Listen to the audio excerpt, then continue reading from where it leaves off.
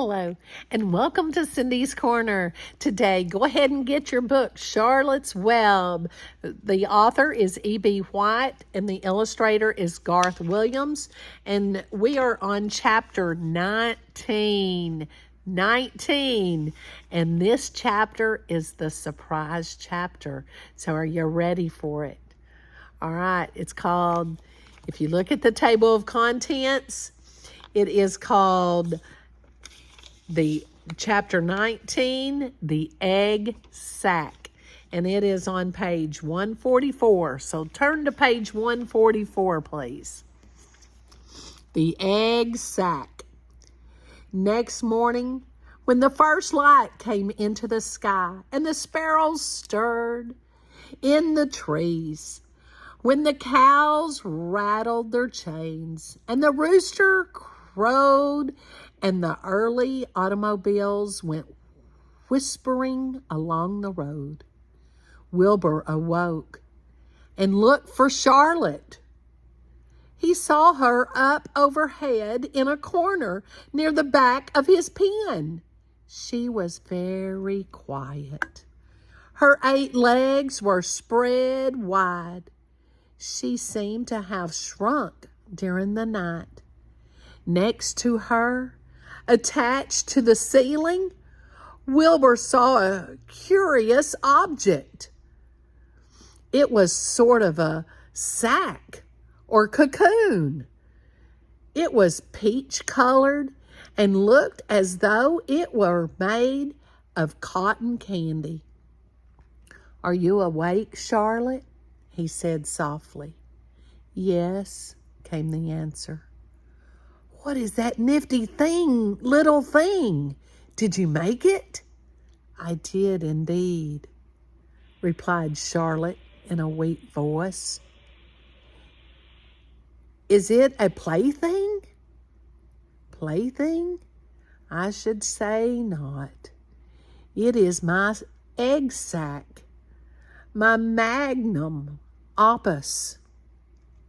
"I don't know what a magnum opus is," said Wilbur. "That's Latin," explained Charlotte. "It means great work. This egg sack is my great work, the finest thing I have ever made." "What's inside it?" asked Wilbur. "Eggs. 514 of them," she replied. 514, said Wilbur. "You're kidding." "No, I'm not. I counted them. I got started counting, so I kept on, just to keep my mind occupied. It's a perfectly beautiful egg sack," said Wilbur, feeling as happy as though he had constructed it himself. "Yes, it is pretty," replied Charlotte, patting the sack with her 2 front legs. "Anyway, I can guarantee that it is strong. It's made out of the toughest material I have. It is also waterproof. The eggs are inside and will be warm and dry." See that egg sack? There's Charlotte.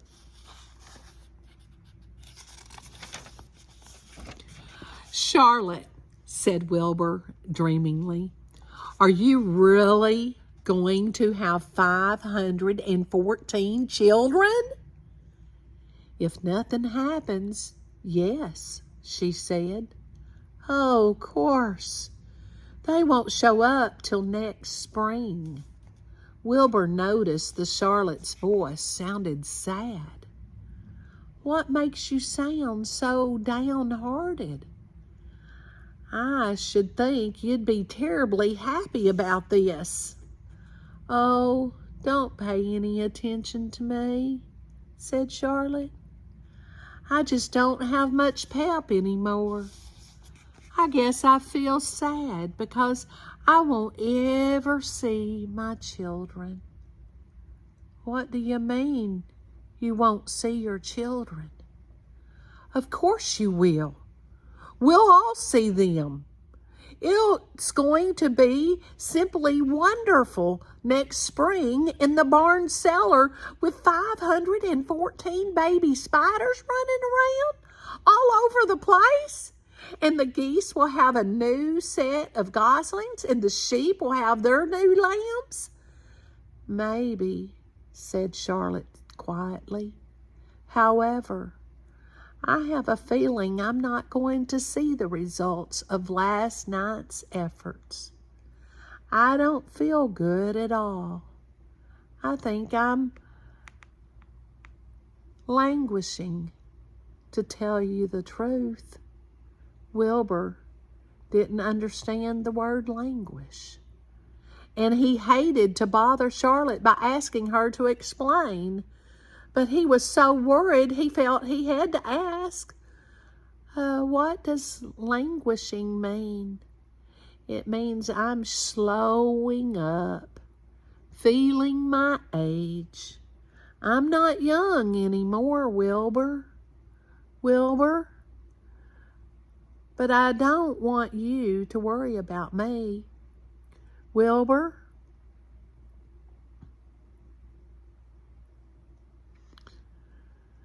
This is your big day today. Look at my web. Doesn't it show up well with the dew on it? Charlotte's web never looked more beautiful than it looked that morning. Each strand held dozens of bright drops of early morning dew. The light from the east struck it, and made it plain and clear. It was a perfect piece of designing and building. In another hour or two, a steady stream of people would pass by, admiring it and reading it and looking at Wilbur and marveling at the miracle. As Wilbur was studying the web, a pair of whiskers and a sharp face appeared. Slowly, Templeton dragged himself across the pen and threw himself down in a corner. "I'm back," he said in a husky voice.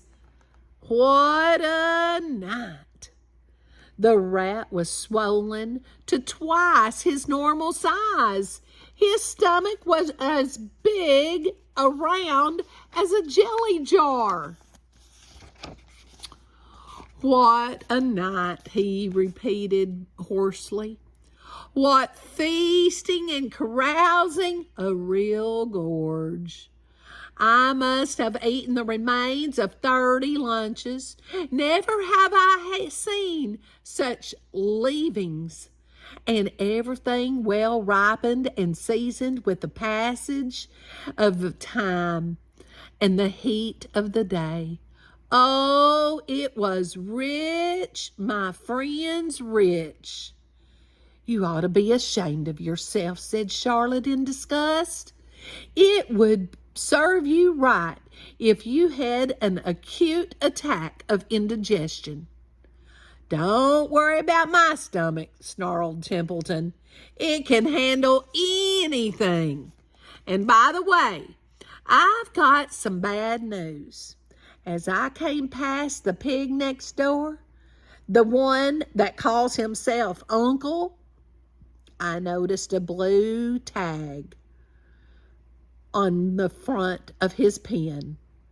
That means he has won first prize. I guess you're licked, Wilbur. You might as well relax. Nobody is going to hang any medal on you. Furthermore, I wouldn't be surprised if Zuckerman changes his mind about you. Wait till he gets hankering for some fresh pork and smoked ham and crisp bacon. He'll take a knife to you, my boy. Be still, Templeton, said Charlotte. You're too stuffed and bloated to know what you're saying. Don't pay any attention to him, Wilbur." Wilbur tried not to think about what the rat had just said. He decided to change the subject. "Templeton," said Wilbur, "if you weren't so dopey, you would have noticed that Charlotte has made an egg sac. She is going to become a mother. For your information, there are 514 eggs in that perfectly little sack." Is this true?" asked the rat, eyeing the sack suspiciously. "Yes, it's true," sighed Charlotte. "Congratulations," murmured Templeton. This has been a night." He closed his eyes, pulled some straw up over himself, and dropped off into a deep sleep. Wilbur and Charlotte were glad to be rid of him for a while. At 9 o'clock, Mr. Arable's truck rode into the fairgrounds and came to a stop at Wilbur's pen. Everybody climbed out. "Look!" cried Fern. "Look at Charlotte's web! Look what it says!" The grown-ups and the children joined hands and stood there studying the new sign. Humble.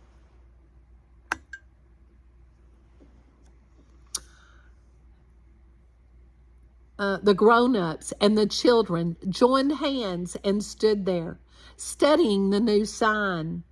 "Humble," said Mr. Zuckerman. Now, isn't that just the word for Wilbur? Everyone rejoiced to find that the miracle of the web had been repeated. Wilbur gazed up lovingly into their faces. He looked very humble and very grateful. Fern winked at Charlotte. Lurvy soon got busy. He poured a bucket of warm slops into the trough, and while Wilbur ate his breakfast, Lurvy scratched him gently with a smooth stick. "Wait a minute," cried Avery. "Look at this." He pointed to the blue tag on Uncle's pen. "This pig has won first prize already." The Zuckermans and the Arables stared at the tag. Mrs. Zuckerman began to cry. Nobody said a word. They just stared at the tag. Then they stared at Uncle. Then they stared at the tag again. Lurvy took out an enormous handkerchief and blew his nose very loud. So loud, in fact, that the noise was heard by stable boys over at the horse barn. "Can I have some money?" asked Fern. "I want to go out on the midway." "You stay right where you are," said her mother. Tears came to Fern's eyes. "What's everybody crying about?" asked Mr. Zuckerman. "Let's get busy. Edith, bring the buttermilk." Mrs. Zuckerman wiped her eyes with her handkerchief. She went to the truck and came back with a gallon jar of buttermilk. "Bath time," said Zuckerman cheerfully. He and Mrs. Zuckerman and Avery climbed into Wilbur's pen. Avery slowly poured buttermilk on Wilbur's head and back, and as it trickled down his sides of his cheeks, Mr. and Mrs. Zuckerman rubbed it into his hair and skin. Passerby stopped to watch. Pretty soon, quite a crowd had gathered. Wilbur grew beautifully white. and smooth. The morning sun shone through his pink ears. "He isn't as big as that pig next door," remarked one bystander, "but he's cleaner." "That's what I like. So do I," said another man. "He's humble too," said a woman, reading the sign on the web. Everybody who visited the pig pen had a good word to say about Wilbur. Everyone admired the web, and of course nobody noticed Charlotte. Suddenly a voice was heard on the loudspeaker. "Attention, please," it said. "Will Mr. Homer Zuckerman bring his famous pig to the judge's booth in front of the grandstand? A special award will be made there in 20 minutes. Everyone is invited to attend. Crate your pig, please, Mr. Zuckerman, and report to the judge's booth promptly." For a moment after this announcement, the Arbles and the Zuckermans were unable to speak or move. Then Avery picked up a handful of straw and threw it high in the air and gave a loud yell. The straw fluttered down like confetti into Fern's hair. Mr. Zuckerman hugged Mrs. Zuckerman. Mr. Arble kissed Mrs. Arble. Avery kissed Wilbur. Larvy shook hands with everybody. Fern hugged her mother. Avery hugged Fern. Mrs. Arble hugged Mrs. Zuckerman. Up overhead, in the shadows of the ceiling, Charlotte crouched unseen, her front legs encircling her egg sac. Her heart was not beating as strongly as usual. And as she felt weary and old, but she was sure at last that she had saved Wilbur's life, and she felt peaceful and contented. "We have no time to lose," shouted Mr. Zuckerman. "Lurvy, help us with the crate." "Can I have some money?" asked Fern. "You wait," said Mrs. Arble. "Can't you see? Everybody is busy." "Put that empty buttermilk jar into the truck," commanded Mr. Arble. Avery grabbed the jar and rushed to the truck. "Does my hair look all right?" asked Mrs. Zuckerman. "Looks fine," snapped Mr. Zuckerman as he and Lurvy set the crate down in front of Wilbur. "You didn't even look at my hair," said Mrs. Zuckerman. "You're right, all right, Edith," said Mrs. Arble. "Just keep calm." Templeton, asleep in the straw, heard the commotion and awoke. He didn't know exactly what was going on, but when he saw the men shoving Wilbur into the crate, he made up his mind to go along. He watched his chance, and when no one was looking, he crept into the crate and buried himself into the straw at the bottom. "All ready, boys," cried Mr. Zuckerman. "Let's go." He and Mr. Arble and Lurvy and Avery grabbed the crate and boosted it over the side of the pen and up into the truck. Fern jumped aboard and sat on top of the crate. She still had straw in her hair and looked very pretty and excited. Mr. Arble started the motor. Everyone climbed in, and off they drove to the judge's booth in front of the grandstand.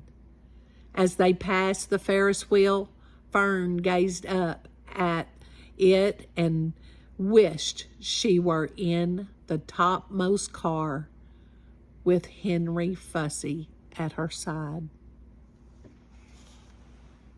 Now, Templeton got in. Where is Charlotte? Is she in the doorway, way up high at the fairgrounds, or is she in the crate? Tell me in the comments. And what's happened to Charlotte? Talk about it. Share it with me in the comments. Most important, give somebody a hug and tell them you love them today.